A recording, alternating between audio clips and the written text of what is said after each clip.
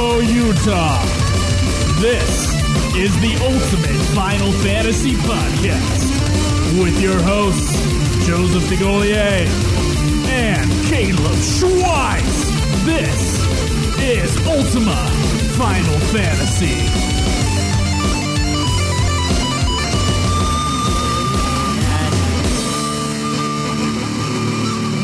Welcome to another episode of Ultima Final Fantasy, the Ultimate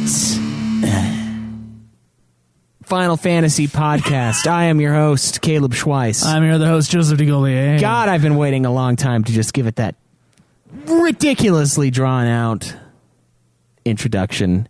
And a good pause, too. The real pause. You want another pause right now? I do. Let's make this a horrible listening experience. Oh, so today we have a very special Patreon episode with our good friend, Daniel. And we'll be getting into that a little bit later. But of course, we want to talk about where we are in the, the 15th entry in the series of Final Fantasy. What have you been up to, Joe? Last week you were pretty close to the end. I think you were wrapping up some side quests. And well, Schweiss, I did finish the game. Oh, okay. And I decided to restart the game even and try to do a quick playthrough of just the story before we review it next week. Ladies and gentlemen, there are already questions on the forum for you to ask us questions. Like, there's areas for you to ask us questions for the review, as well as give us your own review of Final Fantasy 15. You can do that through the forum itself at ultimatefinalfantasy.com, and we have a place for you to do that, although the forums are pretty busy, so sometimes like the folders on the recent topics, they go away. Yeah, they do. It's within questions from us to you. It'll be the top 2 categories in that area, so if you need to go through the sub forum, you can find it there. Yeah, or you can go ahead and just use the contact page on Ultima Final Fantasy as well if you want to do that, or email us at fffanatics123@gmail.com. We'll also receive them there. I'm really excited, and I'm ready to. I'm okay going full hog on this game as far as like listener reviews are concerned. Oh yeah, everyone deserves a spot on the show. Yeah. This is a big fucking deal. This is a game that pretty much all of us will have played, and we're gonna have opinions and questions and stuff like that. So this is a new thing for us. We're playing something that comes out when it comes out, like not 7 years later. So that's Get your questions, get your reviews. But I felt like in order to get like a good full review, I would have to do the story twice. Yeah, well, I just felt like that for FF15. I did so much extra shit that I was like, I should just do this very short story twice. Right. We took a back seat from the story for about 40 hours or so to do side quests, so I think it's perfectly acceptable. And they added a new game plus right before I started playing it. Yeah, so let's try it out. I'm in my level 70s or whatever, and I'm in chapter 3. That's so like there was sick. the first part, it was like, could you go do this hunt for me real quick while I fix your car? And it was like I just warp striked everything to death and came back.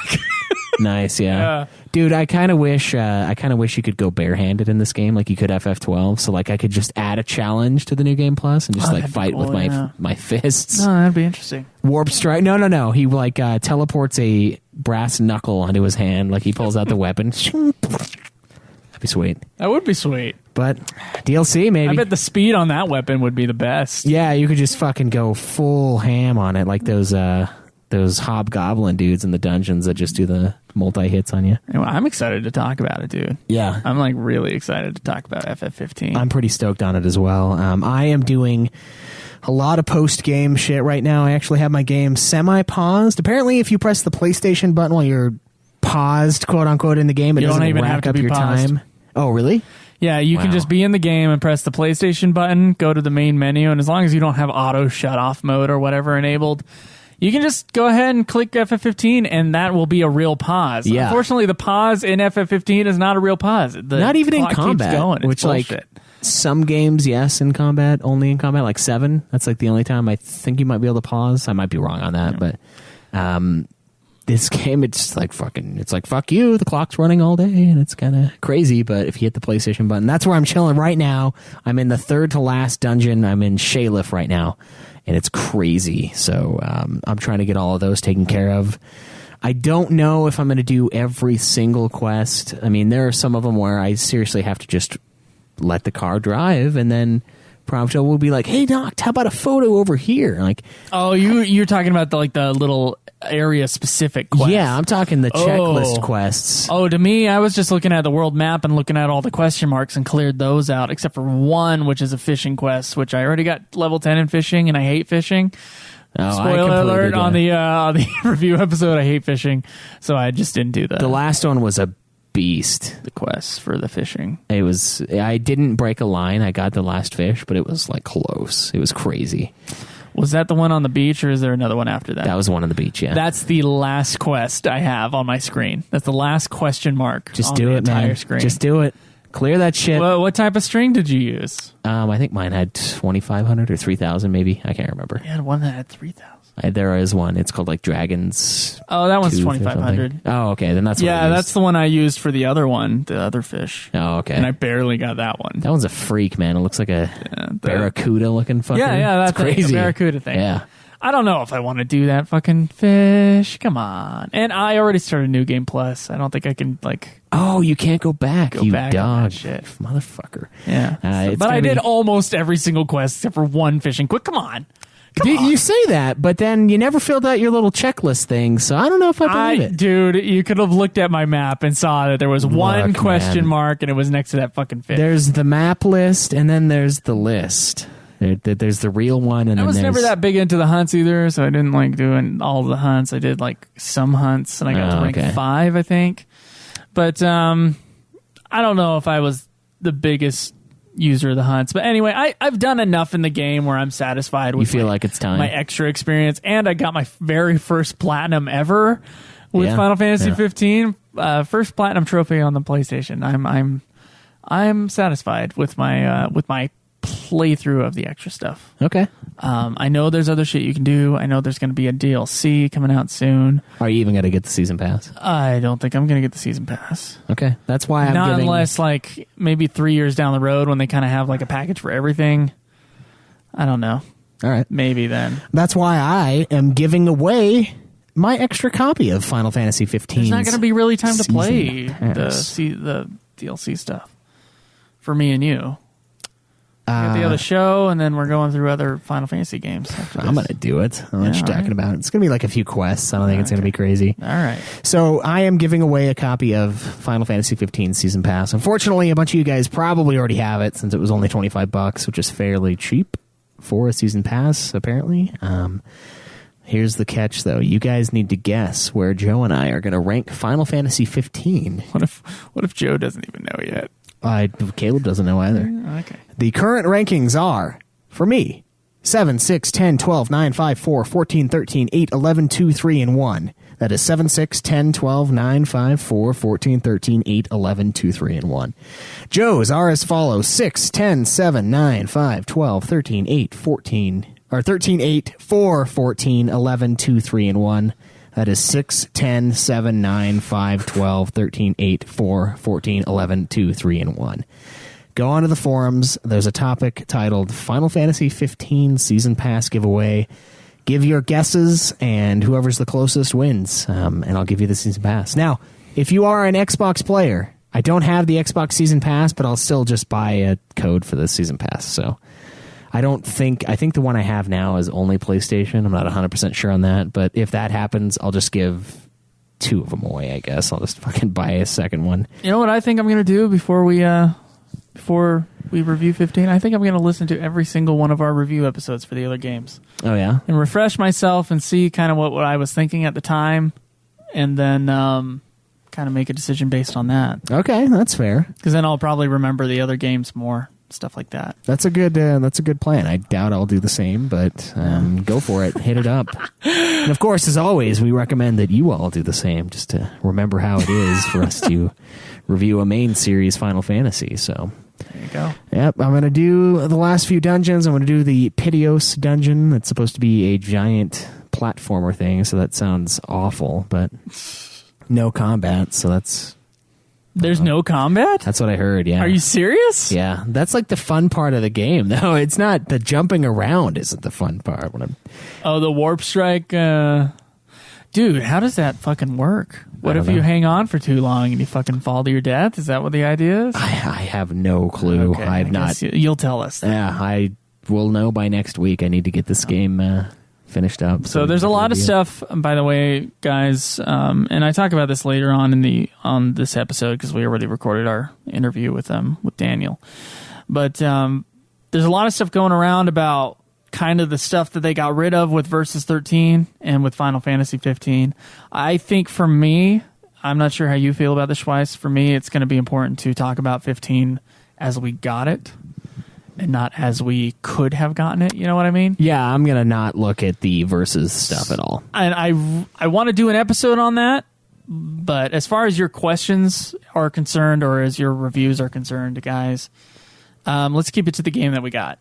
And we'll talk about that other stuff another day. Yeah, I think Final Fantasy 15 then and now would be a fantastic episode in another month or so. So how did Versus 13 become Final Fantasy 15? Right, and we can watch all those old trailers that didn't make it into the game. There's the old trailers. There's characters that got cut. There's a couple employees who have come out and have talked about the development process. Yeah, allegedly, and a whole bunch of other things that people have seen or noticed, or little interviews from other people, like as during the development process, things that made it into the game and things that didn't make it into the game. So it'll be interesting to see that, but not for our review episode next week. We're going to review the game that we got. And even if the game changes throughout the 2 years, it'll be a good time capsule. Yeah, for sure. That'll be a fun episode. So anyway, you guys, I guess you guys can mention some of it, but don't go full hog. We want to make sure that's something for later. And when we do that episode, we will ask for questions. We'll do a question from us to you before the. Yeah, certainly, so that we can get everybody's opinions, and it really drums up a lot of conversation when you guys throw in your 2 cents, because it's like, oh yeah, that part was cut. Yeah, let's talk about that along those lines. So keep that for the later episode. Okay, Schweiss. Well, I think we're going to go ahead. We had a long interview, so I think we'll go ahead and skip news this week, and we'll just save that for a couple weeks. All right, man. I mean, 15 came out, so that's really what we're all talking about, right? Pretty much, yeah. Pretty much. Yeah. Let's talk to Daniel.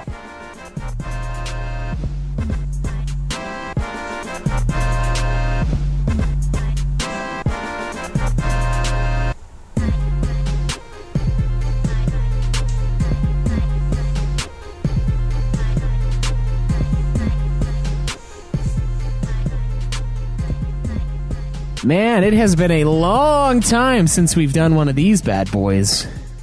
One of these Patreon guest invites. Today we have Daniel Deban on the other line. Say hello, Daniel. Hey guys, what's going on? And we're gonna talk about Final Fantasy. Let's see where Daniel's Final Fantasy adventure began, where he's at currently. Talk about his rankings. And, of course, we're going to wrap things up with a Stump the Host segment between Daniel and our very own Joseph DeGaulier. So. I'm ready to slam, dude. Yeah? I'm ready to crush. Ready to smash? Ready to smash. Well, that's good, because it's going to happen. And I love those inside jokes that no one else gets to be a part of when we do them on the show. Yeah, where especially it's like Daniel. In real life. Yeah. Those are always the best. Yeah, that's right. Especially because our buddies don't listen to the podcast, so they don't ever fucking get them either. Exactly. Yeah. So anyways, where did you get started with Final Fantasy, Daniel?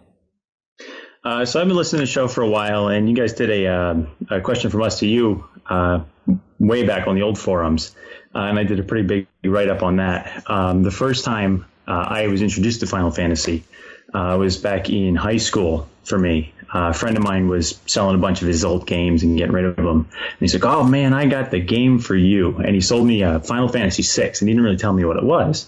Okay. But I took it home, and I threw it in the Super Nintendo, and I tried it. I had no idea what was going on.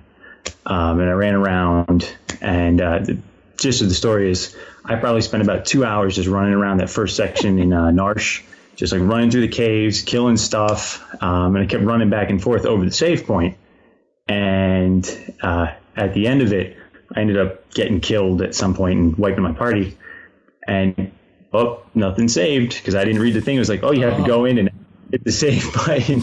Nice. But I got back into it, and I plowed through that game, and I must have poured 2 weeks into that game, just going through and trying to get through the story and getting all the espers and that kind of stuff. How old did you say you were? I was in high school. I was a sophomore in high school, so probably 15, 16. You were in high school, and was this on the Super NES? Yep, it was on Super NES back when it was Final Fantasy III. Nice. That's awesome. So where did you go from there? Like, if you listen to our show, I assume that you've had more than just Final Fantasy VI experience.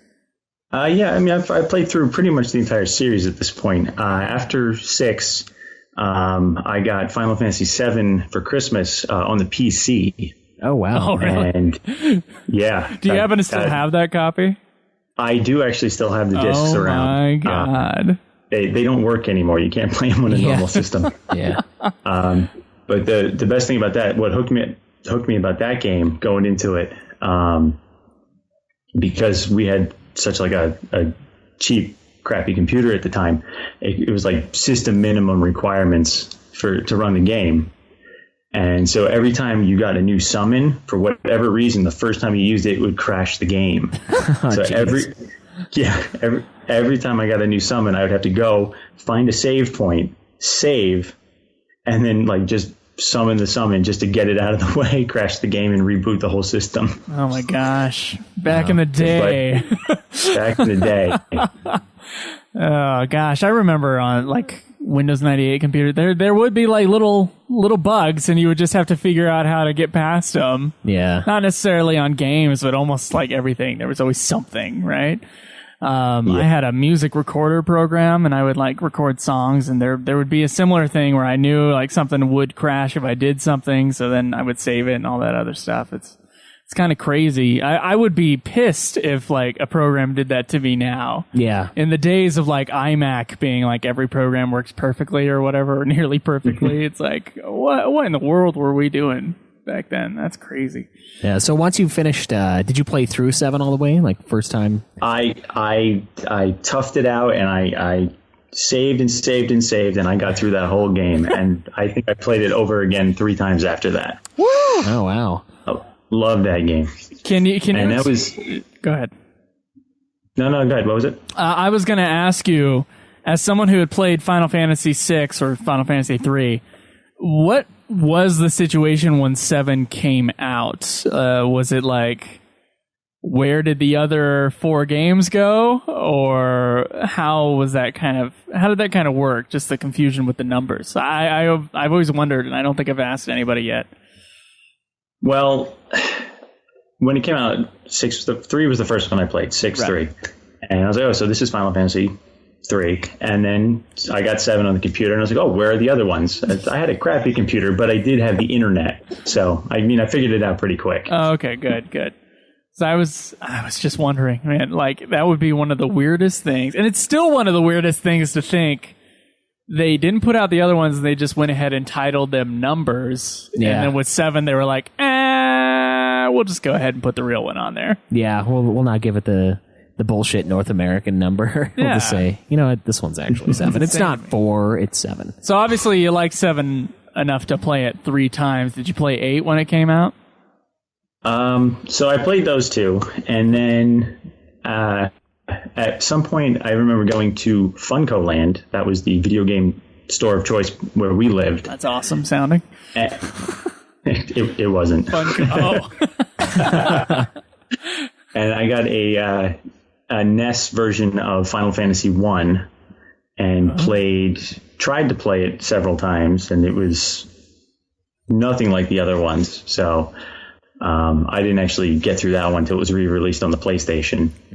But that was my Final Fantasy experience for a long time, until my senior year of high school, where I got a PlayStation 2, and then got all the Final Fantasy games that were on the PlayStation 1 and 2. So I got, was it 5, 6, 7, all the way up to 10 at the time, right before going to college. So then that's when I really got into the series as a whole, and not just the 6 and 7.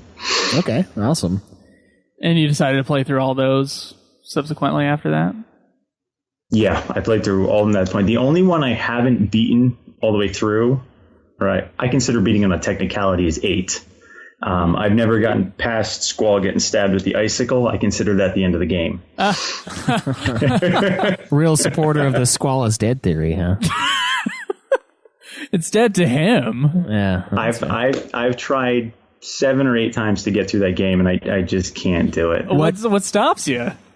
The characters don't hold me. They're too plain. They're too boring. I don't know. That's just me. I know other people like it. I know a lot of people who really like that game. It seems to be people that was their first game, at least in my experience. Yeah. So. Yeah, we kind of trash on it sometimes, but I was introduced to Final Fantasy at a time where like 6 and 7 were the ones that came out when I was introduced to it. People that are just a little bit older than me, my friends 2 or 3 years older than me, had Final Fantasy IV first, and people a little bit younger than me had Final Fantasy VIII first. So on my friend, those are the favorites. For me, it's 6 and 7. So. Do you agree that like your first is your favorite? Then we talked about this for the last 2 weeks on the show. Yeah, I've been debating this since you guys contacted me about this, and I can't decide if 6 or 7 is my favorite. It's really, really hard for me to pick because 6 was my first and it really got me into it. But I love 7 so much, and I don't know. But is your favorite the one that you think is the best? Is the real question. I mean, I know you can't pick a favorite, but can you pick the best? Because the best one you guys haven't played yet. What is it, 13-2? Tactics. Oh, Tactics. Okay. I was like, what? Are you fucking kidding me here? It is Tactics, right? That's what you're... Yes, it's Tactics. Okay, all right. Okay, all right. I don't know. It's up there. A lot of people say that. They say it's the best Final Fantasy game. It's not one of the main series. Yeah. It's good. I replayed it recently when I was getting to listening to your show and stuff, and I was like, I really want to play. I was waiting for you guys to play it, and then it got put off, and I'm like, I'm just going to play it now anyway. And I had just rewatched all of Game of Thrones with my girlfriend, and I was like, there's a lot of similarities here. Oh, really? Yeah. That I didn't really pick up the first time. It's good shit. Which version do you recommend? Do you recommend the original PS1 or I've played the original PS1. I've played the version on the PSP, which I think is a better version. The translation's better. If you can, I actually played on the iPad. It's the PSP version, but it doesn't have the slowdown issue, so it runs a lot better. Oh, that's cool. All right. I'll have to look into that. The PSP version's it's great. The translation's way better, but the animations slow down for no reason, and it takes a lot longer. But it's a great game. Yeah, I've heard about that. It's kind of bizarre. I don't know. Did you play do you count the MMOs? The what? Do you count the MMOs? I do. I have played both of them. I haven't played a lot of them, but I have played both. Okay. All right. Well, can you give us? Do you have a ranking available for your series? I do. Okay. All right. What's your ranking for the series? So at the moment, what I have written down on the paper. Here we go. Yeah. Number 1, 7. Okay. Number 2, just by a fraction, 6. Then it's 10, 9, 12, 5, 4, 14, 11, 1, 13, 8, 2, and 3. Oh, wow. Brutal to the 3, huh? Well, okay. So what on this list made you decide 7 above 6? I know you said you had a problem going back and forth between the two as far as what your favorite is. I really like 6. Like I said, it's my first one I played. That's what hooked me. But I think I identify with 7 better. I identify with the characters better. I like the extended universe of it better. I don't think Advent Children's a great story, but I do think it's a good movie. I think it's entertaining. What they did stylistically, I identify with more. I think that takes it over for me. That hurts me, but my ranking is similar. So, and talk about FF10. You ranked that one pretty high. Yeah. What's special about FF10? I just think overall, I think it's a really good game. The story is really compelling. When I meet somebody that hasn't played a Final Fantasy game but wants to get into it, it's usually the one I recommend. I think it's the easiest one to get people into. It's a little easier to look at. It holds up a little bit better. I think the story is it's a little more Western, I think, and because it's voice acted, it really kind of makes it easier for somebody who doesn't know it. But I played that game again several times through. I was really excited when the remake came out because it looks nicer, and yeah, it's a good one. It was one of the earlier ones I played. Yeah, it's definitely an easy one to get hold of because they keep re-releasing the fucking thing like constantly. Like, oh, now it's PC, PS3, PS4 now. Ooh. Mm-hmm. So that's pretty fancy. You know, one thing I notice about all of these rankings that we see, there's different tiers. Like the tier 1 Final Fantasy games, pretty much for the most part, are going to be 7, 6, and 10. No, 9 ends up on the top of a lot of people's lists. That's okay. 9 and he has it as number 4, so that's pretty consistent. Yeah, for us though, 7, 6, and 10. That's top 3 for us. Yeah, in different order. And then 9, 12, and 5. That's the second 3 for us. It gets a little out there later with 4, 14, and 11. But I kind of feel like there's like a top tier, a top shelf Final Fantasy. There's like a second shelf, a third shelf, and then you start getting into the lowers, into the scraps. And that honestly, it feels the top 4 or 5 in the series, they're generally always the same. So I feel like it's a good objective list that we have in front of us here for Daniel. It's an objective list based on subjectivity. Yeah, sort of. There you go. So I do want to ask you. And a lot of people will probably agree with you that 13 seems to be a pretty low-tier game, in your opinion. And 13, for a lot of people, is where Final Fantasy, and I would quote here, where Final Fantasy went wrong, I guess. Yeah. Now, I have my own opinions on this, thinking that it's not a bottom-tier game, but for me, it's like a middle-tier Final Fantasy, having played them in a row.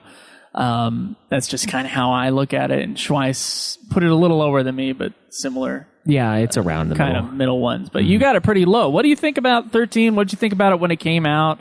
How many times have you played it? All that other sort of stuff. I played through 13 at release all the way through. I was very excited for it coming out. I followed the release, the hype for it, the way people did with 15 now. And they're like, oh, a dozen trailers and following the whole thing and getting really hyped for it. I was very, very excited for this game to come out. It's a new Final Fantasy. It looks really nice. And I remember in the marketing material, they kept going back to saying, hey, here's Lightning. She's the main character. We're modeling her after Cloud. And I was like, well, this is going to be great. 7's my favorite game. I'm really excited for this. What I didn't realize and they didn't convey in the marketing is when they said they're modeling her after Cloud, they meant they're modeling after Cloud from Advent Children, and they were just taking his tampon out and giving it to her.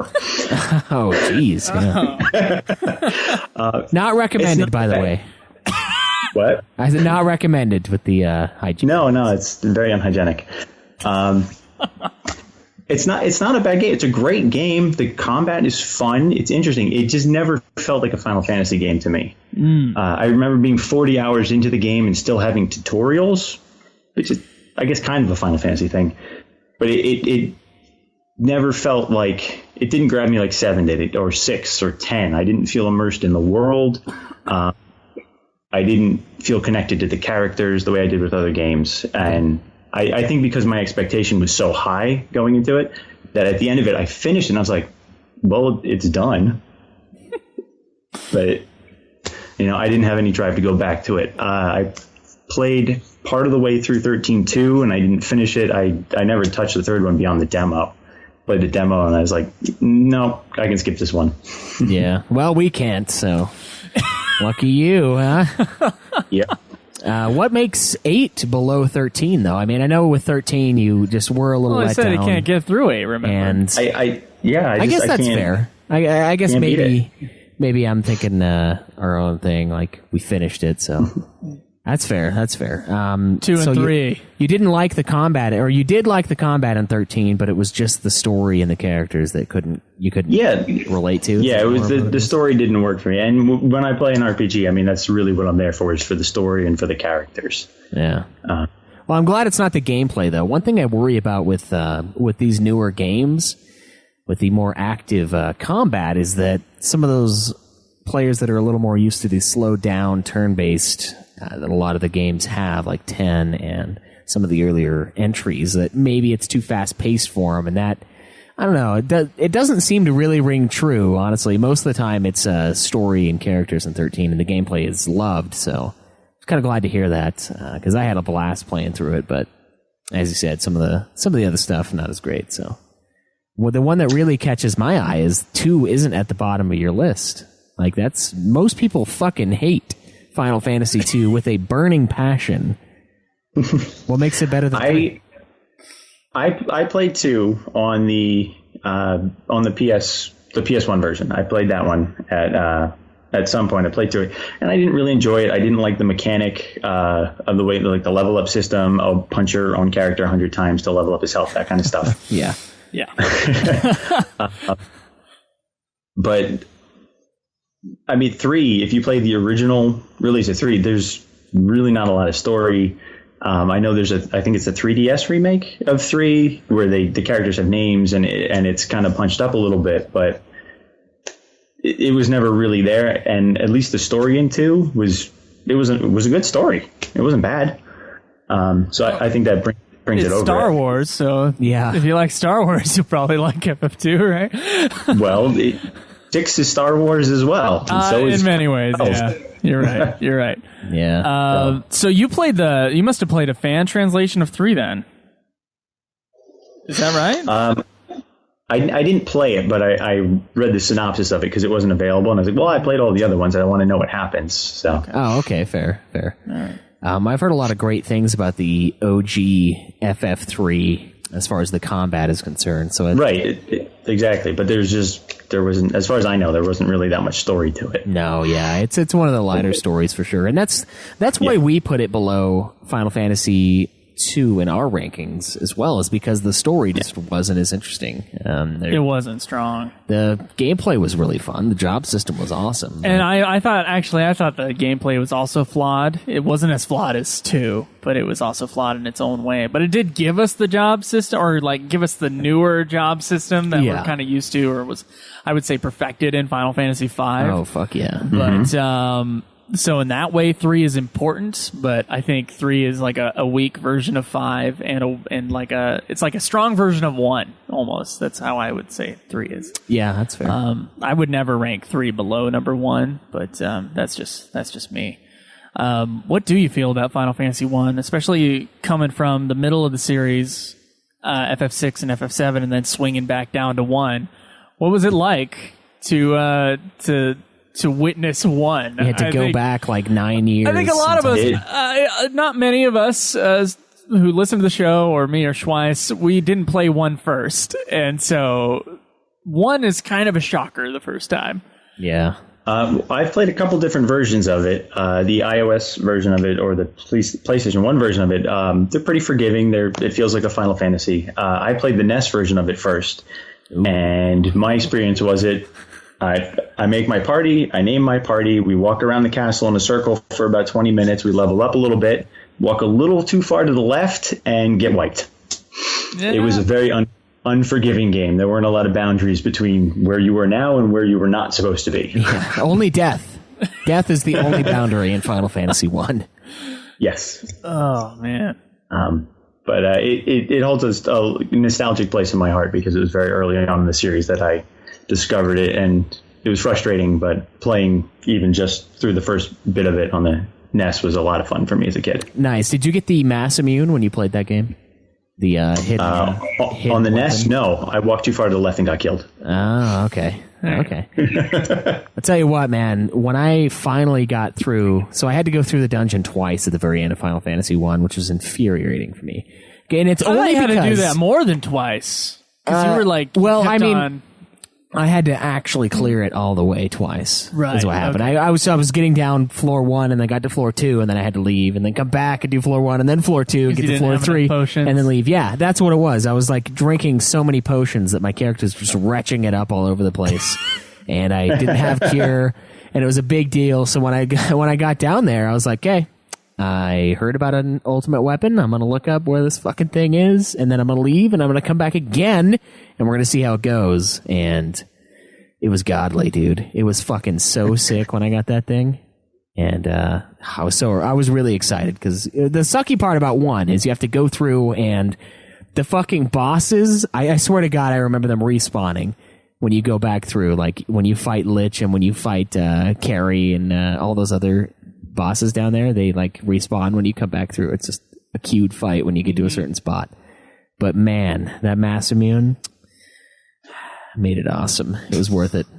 But like that's a crazy thing to me. Like the idea of the final dungeon in the game is basically where you're just going to keep grinding until you can fucking get through it, and then you could beat the game. There are much easier versions. Yeah. I'm glad that Dawn of Souls. I'm glad that Daniel's putting us in our place, though. I was bitching about the PS1 version, but he played the real original and the super unforgiving. I didn't beat the NES version, but I did play the NES version, and it is bad. Yeah. It is unforgiving, and I don't think it's bad, but it's unforgiving. Nobody beat the NES version. If they told you they did, they're lying.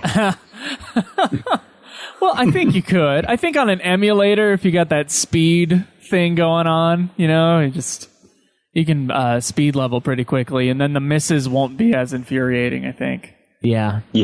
The idea that you miss and then just hit air, or like you kill a guy and then your next attack just hits air. Yep. It's like not as flawed as FF2 as far as game mechanics go, but pretty darn flawed and pretty awful. Yeah. What's weird with FF2, it's like, I don't know, it's almost ahead of its time, I feel, with the mechanics itself. Because what they do is... What you use is... Yeah, because that's something that the Elder Scrolls games use a lot of.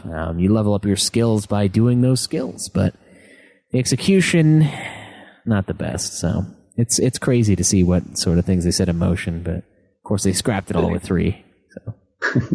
The missing in Final Fantasy I, it was an important role-playing element. The very wise Red Mage would slice through a goblin and destroy him, and then the slow, dopey knight would come charging through. Where'd he go? That's how it always seemed to me. I guess, you know what? If we put it into context in like Dungeons and Dragons, right? They were all blindfolded. The true original, the original RPG sort of game, you can miss your attacks. Well, no, there's missing already, right? That's true. The fact that the thing is dead. And then the next guy wouldn't be like, I shall then attack the spot. Roll to attack enemy A1. Yeah, that's true. They wouldn't do that. They just really want to make sure he's dead. Stab that corpse. Yeah. Oh, it's like South Park Stick of Truth. When you kill those slime things inside Mr. Slave, you have to hit them one more time so that they flee the battlefield, or else they can get resurrected. Yeah, but that doesn't happen in one. That's okay. You're all mentioning better mechanics. Everything here is a better mechanic. What do you feel about the spin-off games? You said you liked the FF7 Extended Universe. I assume that means you played Crisis Core. Have you played Dirge? I've played both. Crisis Core is a really good game. I enjoy that. Dirge of Cerberus was really, really fun when it came out because it came out before shooter mechanics were a thing. Now it's really hard to go back to. I tried to play it when you guys did it for the review, and I put it in for about 20 minutes and was like, I'll just listen to the episode. It's okay. Yeah, dude, I totally sympathize with that. When Dirge of Cerberus came out, I was in. I was all about doing all the extra missions, hunting down those fucking capsules, all of it. I did everything when it came out. I went through the whole game. I think I played it through twice to get through everything, get all the capsules. Yep. I don't know if I agree with that shooter mechanics thing, because let's see, Dirge was 2007, 2006? 2006, I believe. Okay. Yeah. Halo 1 was 2001 or 2. And I played Halo 1 a lot. And honestly, Halo 1 still stands up. It's still a very well done shooter game. Yes, it is. And I guess it kind of created the mechanics that we have today as far as shooters are concerned, building off of GoldenEye. But I can't say Dirge stacks close to Halo 1. No, not at all. It doesn't. Bungie did a lot of things right with Halo 1, and it really set, I think, a precedent for what a shooter mechanic is. And a lot of people really did try other different things for a long time after that. And it wasn't really until like the 360 PS3 generation that it really became standardized, as far as I know. Oh, yeah. You've got games like PsyOps that have just completely bunkers controls. You've got the siphon filters. You've got Metal Gear Solid where it just doesn't give a fuck. Like, it's just third person until you tell it to not be. So that is a good point. This was still the experimental phase. The Halo control scheme wasn't standard like it is now, like it was with PS3. Mm-hmm. But unfortunately, it fell on the side of not good for the Dirge. It sucks. So It didn't work out. I just don't know if I can sympathize with the Dude, the it was awesome at the stuff. time, I swear to God. I also played Unreal, which had similar mechanics to Halo, and that was a lot of fun. Right. I can't imagine a worse. Those were all American-made games. Oh, that's true. Square was dabbling. Not a lot of shooters come out of Japan. How many shooters has Square made? I don't honestly know. Like straight up first-person shooters? I don't know if they have. That's not a Stump the Host question, is it? No, thank God. No, we're stumped already. Yeah. Like I've been doing this history of Square Enix over the past. I honestly can't like a regular first-person shooter as we know it. They hadn't done one by the PS1 era that I remember or know about. Of course, someone's gonna respond on Twitter or something like, "Well, you don't know about this one." Fucking cash. So I'm ready before that. But maybe this is for Square Enix especially. It's probably very experimental doing a shooter. The only ones I can think of are did they do Deus Ex? They did, but it's Eidos, right? sort of. Yeah, so that's the only one I can think of. Published them. Yeah, they bought they don't someone make else that made it. Yeah. So that's fair, though. That's a really good mechanic in Deus Ex, but then again, it is modern. And they had to take a shooter and be like, how do we make this our own and fuck it up? And make it an RPG, which I think Dirge did fairly well with the item usage and the spells, and, it just wasn't necessarily that fun when you picked it up 9 years later for a fucking podcast, and you're like, oh, I've been talking this thing up. Fuck. I told Joe he was going to enjoy it. God. What do you feel about 10-2? Did you ever play that one? I did play that one. I played that one at release as well. Okay, are you a defender or are you an offender? I really, really like the battle mechanics. It's fast, it's quick, it's fun, it's got depth to it. It's a really good game to play on mute. Sounds like Team Schweiss there. I'm telling you. On mute. That's right. I didn't want a sequel to Final Fantasy X. I wanted a prequel to Final Fantasy X. I wanted to see the story of Braska and Jecht and Auron. I thought that would have been more interesting. It would have been basically the same game, but yes, still more interesting than 10-2. God, dude. What do you feel about 10-2 story-wise? Story-wise, I mean, I'm getting not great. Not great. Not great. Could have been better. Actually, I would be interested to play it with like a Japanese translation, because I think that might be better. When I mentioned Advent Children before, it's not a good story. No. The English voice acting is not great. Not great. It's much more enjoyable to watch with a dub, because then it just feels like an anime. It doesn't feel like a cheesy, campy story.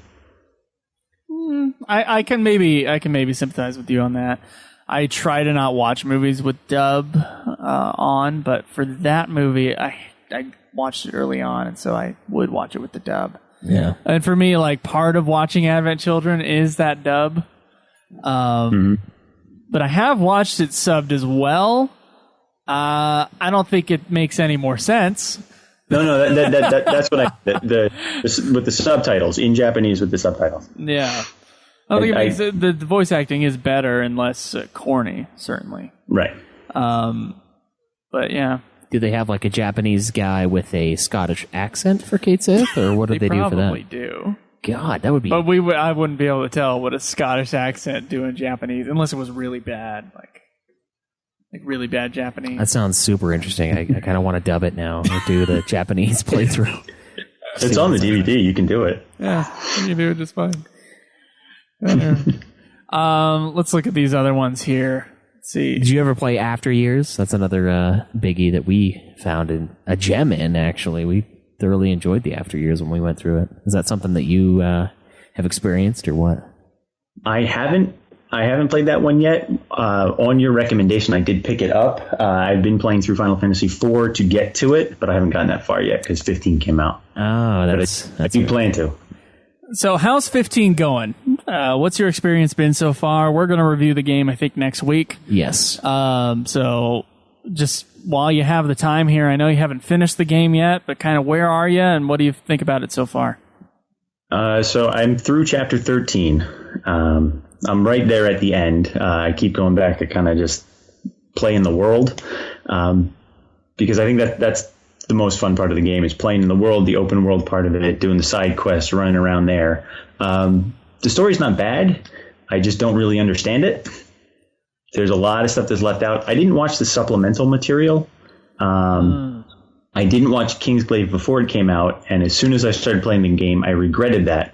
But in the limited free time I have, I'm like, I could watch it or I could play more. So I tend to play more.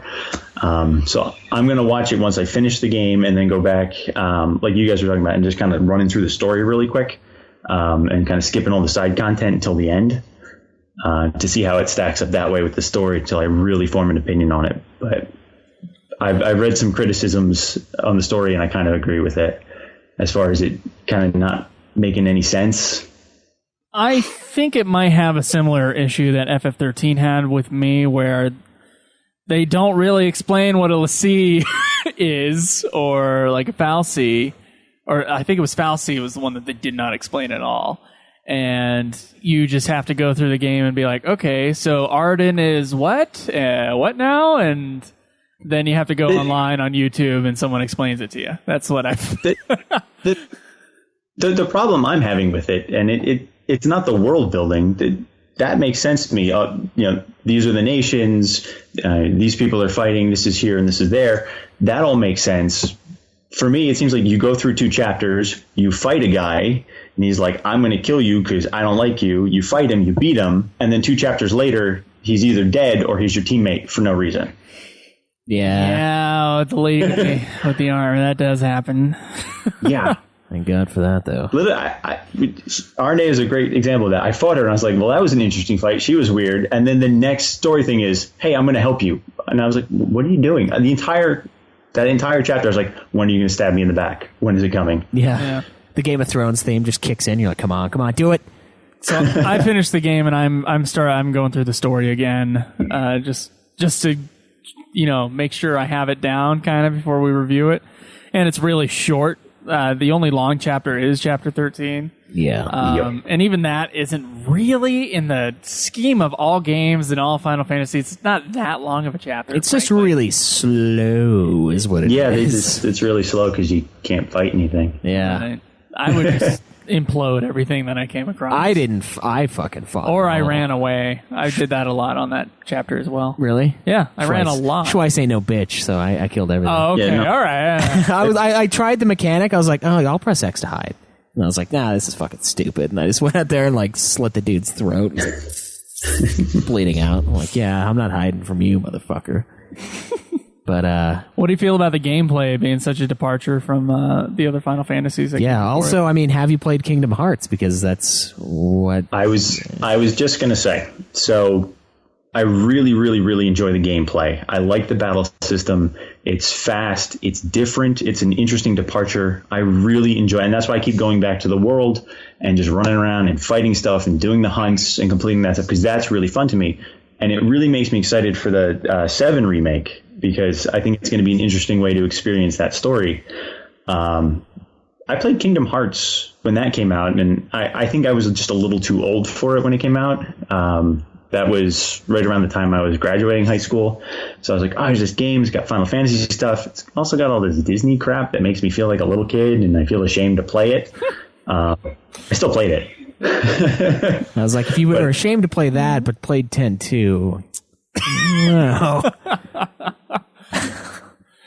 Anyway, I dug Kingdom Hearts. I was in high school, but I guess I accepted the cartoons already by then. I also, when I grew up playing Final Fantasy, part of the reason I liked the role-playing games more than platformers and other stuff is because I didn't know a lot of the people that played video games. So it was a game that I could play and I could enjoy on my own. It wasn't a multiplayer thing. I didn't have to play with other people. and I didn't have anybody else to talk to about it. So it was something for me. Yeah. And is it still that way now? Is it like RPG, like kind of what you go for, single player RPG? Or most of the time. I went through a phase during like the 360 PS3 era where I got heavier into online multiplayer. I played a lot of Halo Reach. The Mass Effect 3 multiplayer, I have like 400 hours logged on that because that's my other favorite series of forever. But that was a game that I played with my brothers. We would play online with that. But now I work all the time. I don't have hours upon hours to sit down and play a game. So when I do, I want to go back to stuff that I know I like, that I know I'm going to enjoy. So I'll put in Final Fantasy VII, or I'll put in 10 or 9, and I'll play through that story over, a couple of weeks or a couple of months in my free time. And for me, that's what's most enjoyable now, because it's familiar, it's fun. I get something new out of it every time. And that's why I keep coming back to the series. Yeah, they're familiar in the way, and then always different in another way, right? Yeah. Kind of the entire thing with the series. It's like I know this game well enough that I don't have to run through it like I'm running through it a first time. I can fuck around and like play around with different items, different combos. Use this character that I never touched before until I get tired of them. I definitely see the appeal in that. And if I didn't have 2 video game podcasts, I might do the same, but I don't know. We may never know. Which Final Fantasy have you played the most? That's tough. It's probably a toss-up between 6 and 7. I played 10 through quite a few times as well. So it's definitely somewhere between the 3 of them. I don't know. It might actually be 6. It's a great game. Yeah, it's fun. It's a fantastic game. It's really good. So speaking of the Final Fantasy VII, I guess remake. What do you? It sounds like you're pretty excited for it. Joe and I obviously have our reservations on the whole idea of a remake for a game. We could be cited for saying like if you enjoy it, you'll enjoy the core game. You don't need more. What are your thoughts on it? I mean, obviously the combat's probably going to be very similar to what we're seeing with 15. I would guess more of a modern action RPG. What are you looking forward to? What are you maybe hesitating about the game? I was tentatively optimistic about it when I heard about it, that they were finally doing a remake. I've been waiting for a long time for a new version of Final Fantasy VII. I love the old one. I still play it. I've tried to do the PC mods or make it look a little bit nicer. I can never really quite get those to work. I'm always kind of afraid they're a virus. But I was interested to see what they can do. Now that I've played 15 and I've seen how the battle system works, every time I'm playing it, in the back of my head, I'm thinking, I can see what they're going to do with it. And if I can put 7 in this, that's going to be interesting. It's going to be fun. It's going to be different. I'm okay with that. If I want to play Final Fantasy VII the way I remember it, it's available on every platform under the sun, and I can still do that. If they try something different, I'm okay with that. I want to see what they do. If it sucks, I can still play the other one. If it's great, awesome. I get a new experience, and it's different.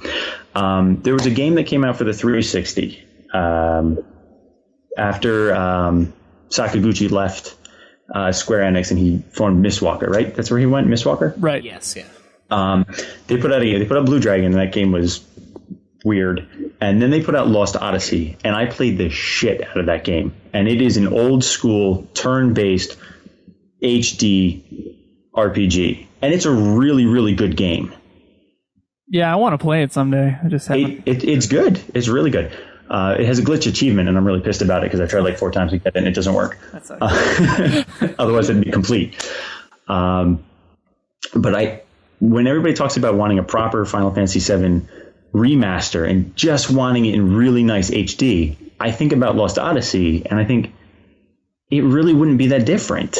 And at the end of the day, do I want to spend $60 for a full price game on just the graphics package? Or do I want a new experience that I'm going to get something new out of?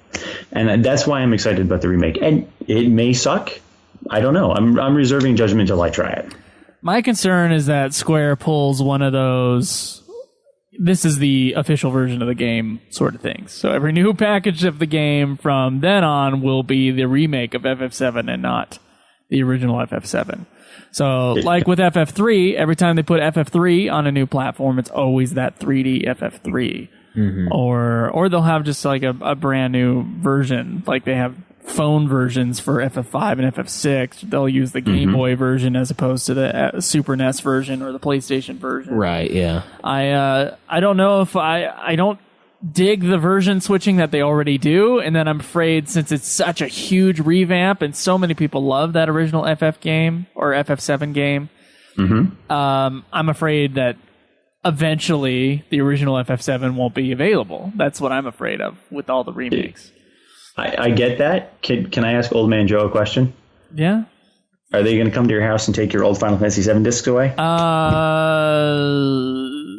Well, if you get rid of them and just have new systems, you won't be able to have them anymore. That's my concern, honestly. It's not so much that they'll take them away. They're coming for my games. I'm afraid that in 20 years, maybe the PS4 won't work anymore or something like that. Things will just age out technology-wise, and I guess I assume you can always emulate the thing, but that doesn't always feel as good to me. But, that's how I feel about it. Yeah, I don't know if they'll push this as being the kind of like what they did with Advent Children when they said the Advent complete Children complete, the only version you can get now is the version. Yeah, and I'm like, it's whatever. Well, it's like George Lucas doing that fucking Star Wars Special Edition is the only version you can get legally.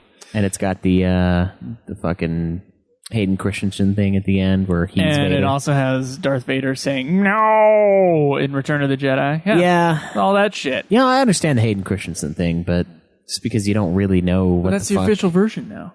Yeah. Yeah, I don't like that. I don't like Well, it's also weird because it's Square Enix and a lot of the people that are some of the big people behind those older games like Final Fantasy VII not so much part of the company anymore with Sakaguchi. Sakaguchi, yeah.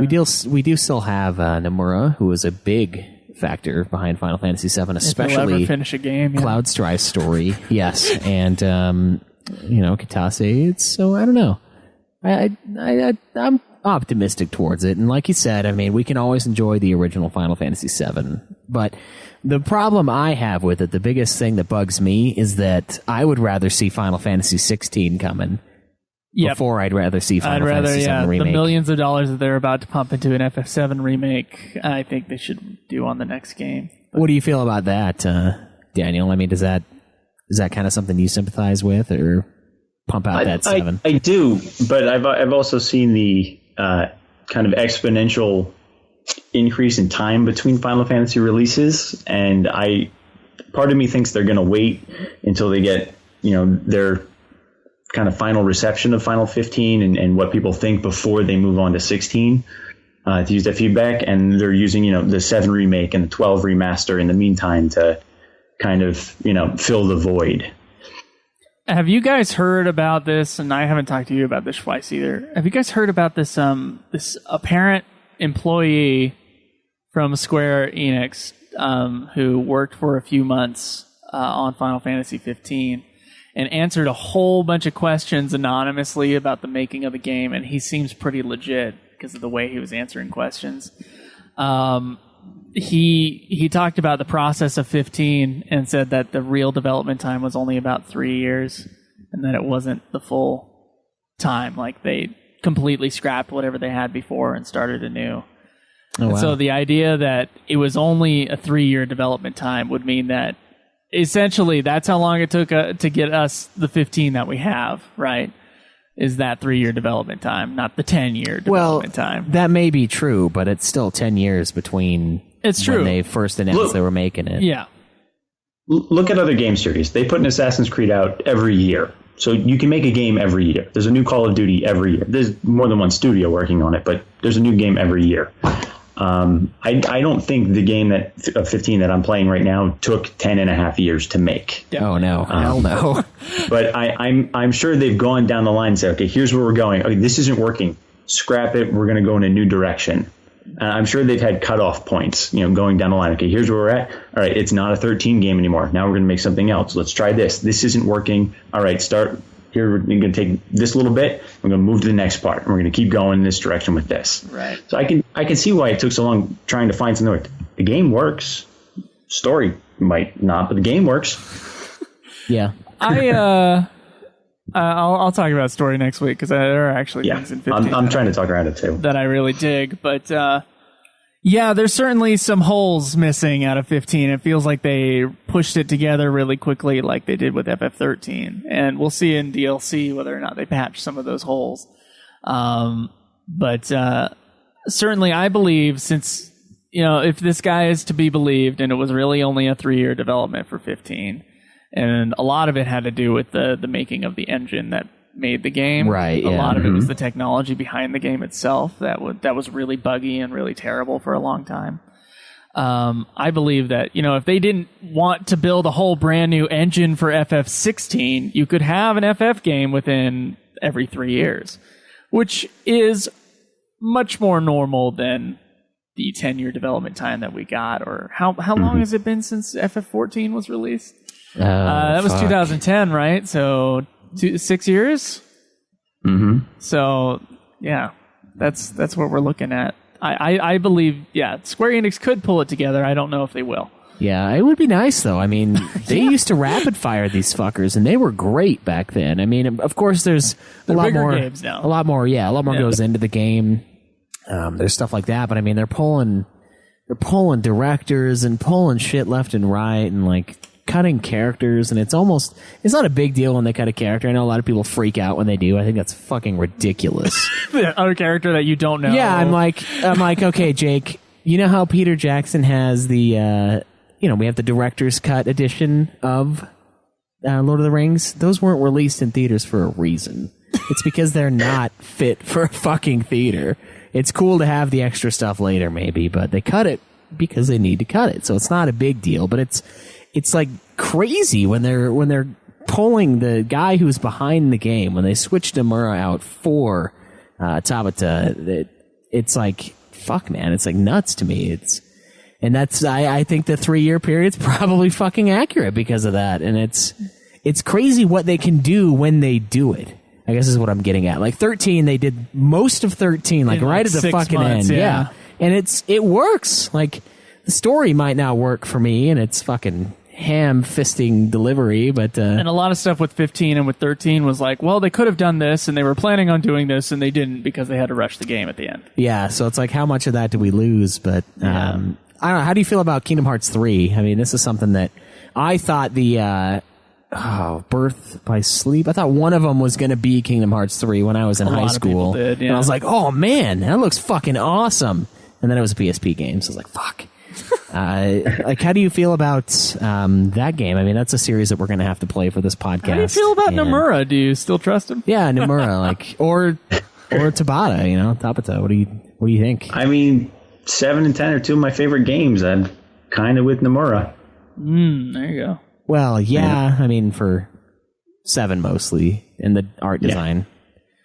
I feel like it was much more of a group project. Well, yeah, but from the credits and from the making of and stuff like that. Nomura did a lot for Final Nomura Fantasy. is a huge deal. A bigger 7. deal than we had thought previously. Yeah, he did a lot for Cloud Strife's character. He did most of the really awesome stuff, so... Kitase, though. But he can't finish a game. He can't do it. Yeah. He starts 3 huge games, and he just can't finish any of them. Yeah. What are you going to do? We'll see if he actually finishes the FF7 remake, or if he's going to get booted off of that project, too. Yeah. Yeah. Who'd they give it to, though? Tabata? I don't know. I don't know about that. He did do the 7 spinoff, I guess. He did do Crisis Core.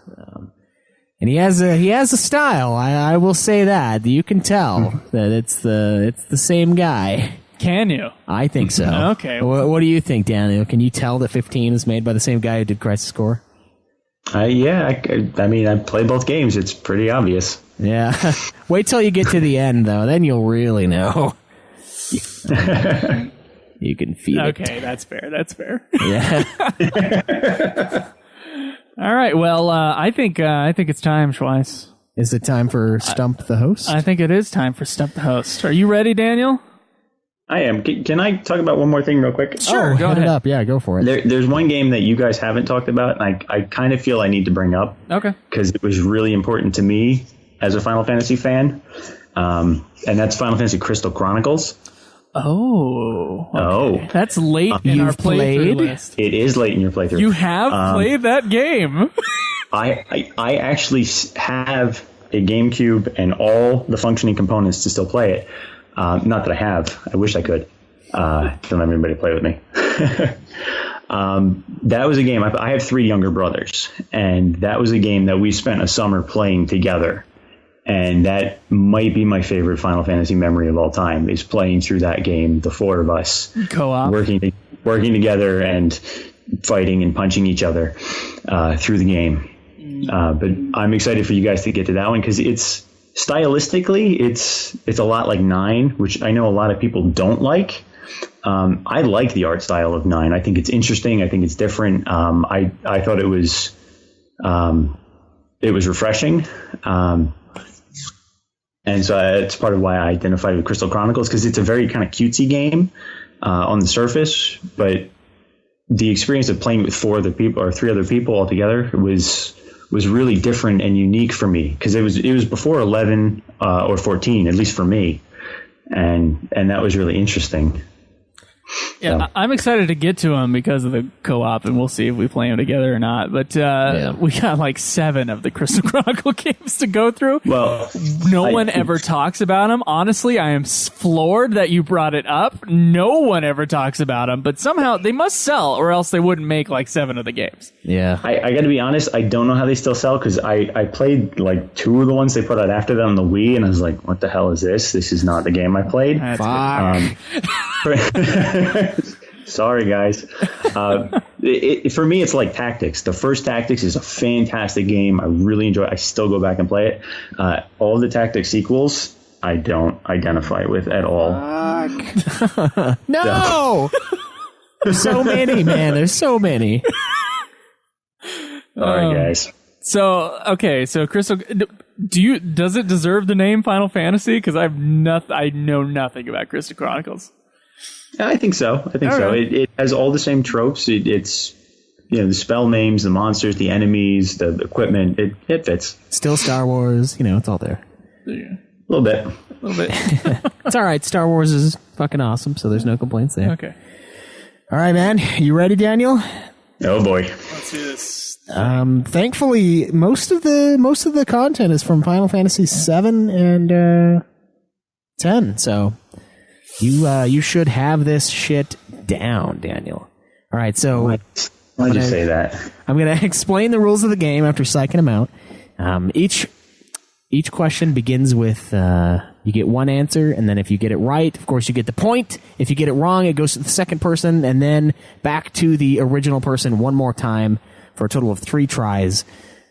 Guest starts with question 1, and it's out of 5 questions. I will make up more if I need to, if there's a tie. Daniel, what are the names of the Ronso who bully Kamari in Final Fantasy X?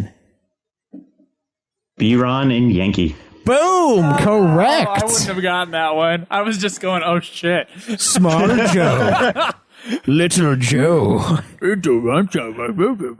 Biran and Yankee. Very good. Very good. Wow, that was good. All right, Joe. That's a good one. Let's tie this shit up, man. It's not necessarily a rough start since you didn't even get a chance, but still down by 1. You just know that I wouldn't have gotten it. There you go. I had a feeling that one, yeah. Question number 2. What is the name of your/Cloud's childhood friend in Final Fantasy VII? You run into him a couple times before you leave Midgar. He's got red hair, red or orange, can't remember which. What is the name of Cloud's childhood friend from Final Fantasy VII? I don't remember this guy. If it's not fucking Tifa or Zack, I'm fucking fucked here. Oh, shit. He had a childhood friend? Yeah, the dude actually introduces himself like, hey, remember me? I'm your childhood friend. And I'm like, oh, that's kind of awkward. All right. What? I don't remember this guy. All right, I you can't gonna answer pass? it. Yeah, I gotta pass it. All right, Daniel. What you got? Oh, crap. I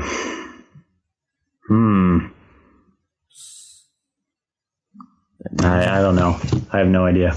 All right. It's a very normal name. Greg. Even more normal Bob. than Greg. Okay, not that normal. Okay. The guy's name is Johnny. Johnny? He introduces himself as your childhood friend in Final Fantasy VII. It's really bizarre, honestly, going through it the first time, but you do run into him a couple times, namely at the Honeybee Inn down the way. He's like, man, should I do it? Should I go in there? And of course, I'm like, dude, yeah, do it. Go there. Be a man, Johnny. Be a man. So, another Final Fantasy VII question here. We'll start with you, Daniel. What is the name of Nanaki's grandfather in Final Fantasy VII? Should be a little easier. I don't know, though. Joe's giving me a look that says it's not. Oh, it's right on the tip of my tongue.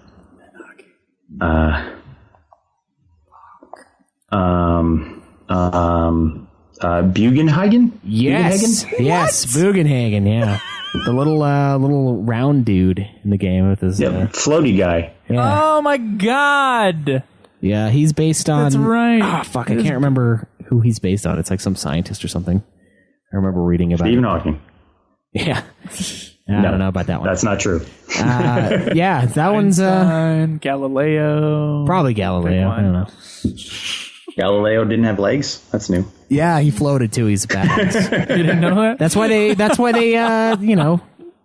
put him on house arrest for his last little bit of his life. They're like, this guy has to fucking be away from society. This is freaking us out. All right, Joe, you're down 2-1. There are 2 questions left. Will you make me come up with question 6 and beyond?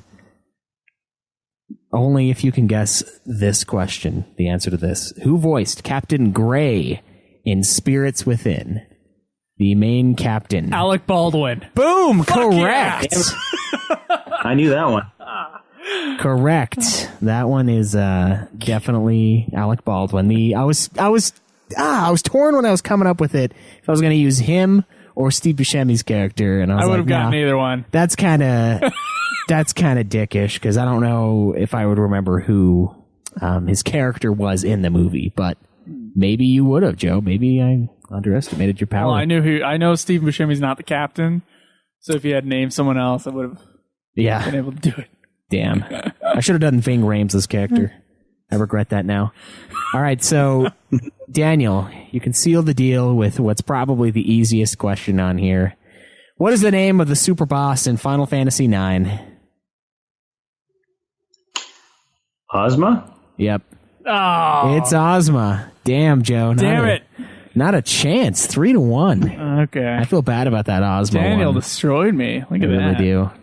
So I am -2 as far as these games are concerned, right? I believe so. I'm going to have to go back and listen to them, but yeah. We used to keep score. We did, but then that paper went. It just got out of control with the listeners destroying you, so Hey. I figured I didn't want to have that around, you know. Hey, thank you so much for your support, Daniel, and thank you for coming on to the show today. Thank you for having me. And talking with us about Final Fantasy. Real quick, how did you find us? How did you find the show? Actually, it was around the time the Final Fantasy VII Remake was announced. I was kind of looking for information on it, and I was like, oh, I wonder if there's any Final Fantasy podcasts. And I searched, and I found yours, and I was like, well, these guys are annoying. But then I listened to a couple episodes. I did the review episodes, and you grew on me. So okay, all right, I stuck thank around. you. Well, I'm glad. I think we're a lot better now than we were earlier on. We certainly are a lot more off the fucking hook, I think. But Off the hook? What? well, when we record this show after Nude Clan, we're really riled up, and like the sexual innuendos just flow. Oh, okay. You know? Yeah, that's the good stuff, right? I What other think so. podcasts do you listen to?